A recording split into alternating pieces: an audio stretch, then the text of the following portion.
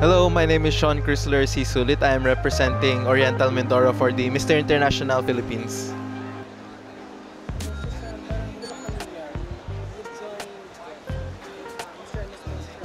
Yes po, nag-join po ako.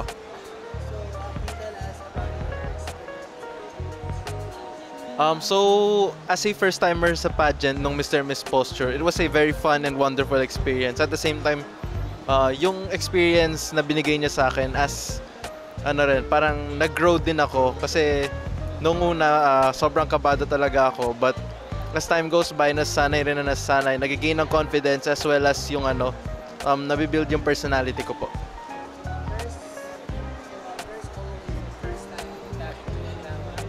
Yes po. Yes.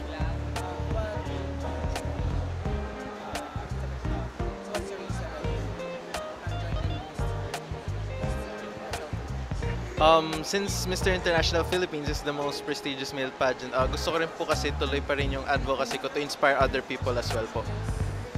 Inspiring other peoples in terms of if they're afraid to do something, I would be their motivation na parang instead of not trying, kahit ano man yan, kahit hindi natin alam yung outcome, there's no harm in trying at all naman po. Kasi ako rin before, very may self-doubt kasi ako nun before. So parang I just went with it. I trusted myself and yun. Gusto ko rin maging ganun yung ibang tao, yung mga katulad ko before na mahiyain, takot gumawa ng mga bagay-bagay. To just do it, just try it. There's no harm in trying po.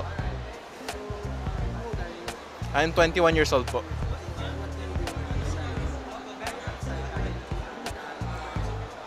I'm a student po, ongoing 4th year this coming school year. I also do part-time modeling. I take up Bachelor of Science in Business Administration, major in Human Resources Management po. Major in Human Resource Management. University? Ano po? University of Santo Tomas Angelicum College.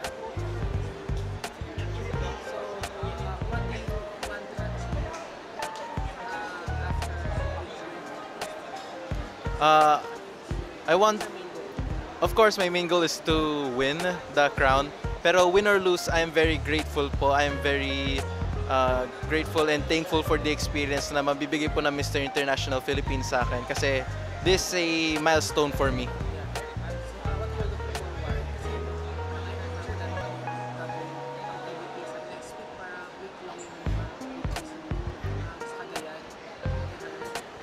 Ayun, so looking forward ako na smoothly lang magawa yung mga activities namin as well as makilala ko yung co-candidates ko, maging ka-close ko silang lahat po.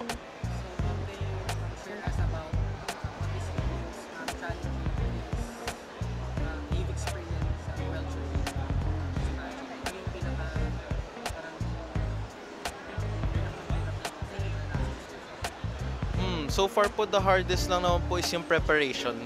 Kasi ako po, consistently po nag-go sa gym and then may sinusundan pong diet.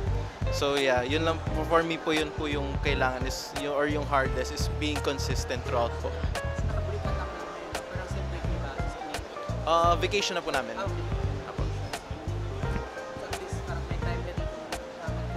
Yes po.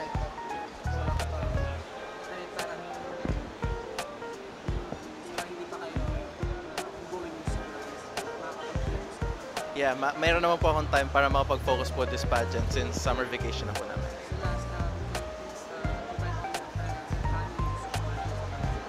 So I'm inviting all of my families, friends, and supporters po to watch the Mr. International Philippines, and then yung final score and coronation night will be held on June 28, 2023 sa Newport World Resorts po.